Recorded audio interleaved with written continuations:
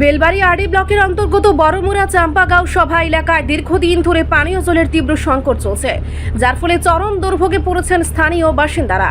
এলাকার মানুষের অভিযোগ, ব্লকের পক্ষ থেকে মাঝে মধ্যে ট্যাঙ্কারে করে জল সরবরাহ করা হলেও তা প্রয়োজনের তুলনায় অত্যন্ত অপ্রতুল।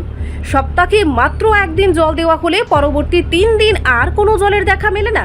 ফলে রান্নাবান্না থেকে শুরু করে নিত্যদিনের প্রয়োজনীয় কাজকর্মের জন্য জল সংগ্রহ করতে স্থানীয়দের নাজেহাল হতে হচ্ছে। এই দীর্ঘস্থায়ী সমস্যার স্থায়ী কোনো সমাধান না হওয়ায় ক্ষোভ উগরে দিয়েছেন এলাকাবাসী।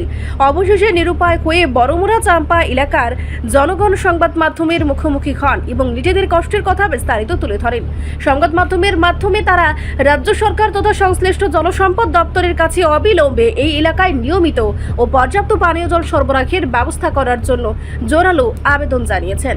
স্থানীয়দের দাবি, প্রশাসন যেন ট্যাঙ্কারে অনিয়মিত পরিষেবার উপর নির্ভরতা কমিয়ে স্থায়ী পাইপলাইনের মাধ্যমে প্রতিটি ঘরে পানীয় জল পৌঁছে দেওয়ার দ্রুত পদক্ষেপ গ্রহণ করে। যে আপনাদের যে এলাকাতে জলে কোনো সুবিধা রয়েছে? না, যত সুবিধা নাই তো, দেখে নাই গাড়ি দিয়ে আনিয়ে খাই। এটা কি গাড়ি দিয়ে যেটা আপনারা জলগুলো দিতেছেন না, প্রতিদিন পাইতেছেন? প্রতিদিন পাইছে না তো, মাঝে মাঝে একদিন আইসে না, 2 দিন আইসে না, সপ্তাহের মধ্যে 1 বা 2 বার আইয়ে। তারপরে 1 সপ্তাহের মধ্যে যদি 1 বার 2 বার যদি দেয়, আপনারা কি এই জল দিয়ে কি কাজ করা যায়? তারা জল না দিয়ে আমি একদম নাই। 2 দিন 3 দিন হয়েছে জল অভাব।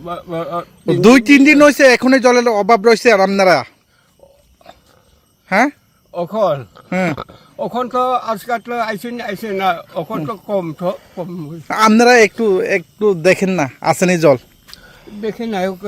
চলো না একটু ওইখানে দেখে না, জলগুলি নেই, আমরা দেখলাম।